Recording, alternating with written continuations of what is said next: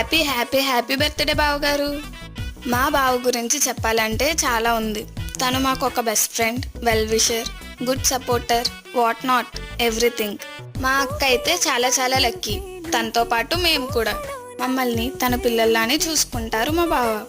Finally thank you for everything బావా. And we love you once again. Happy birthday బావా.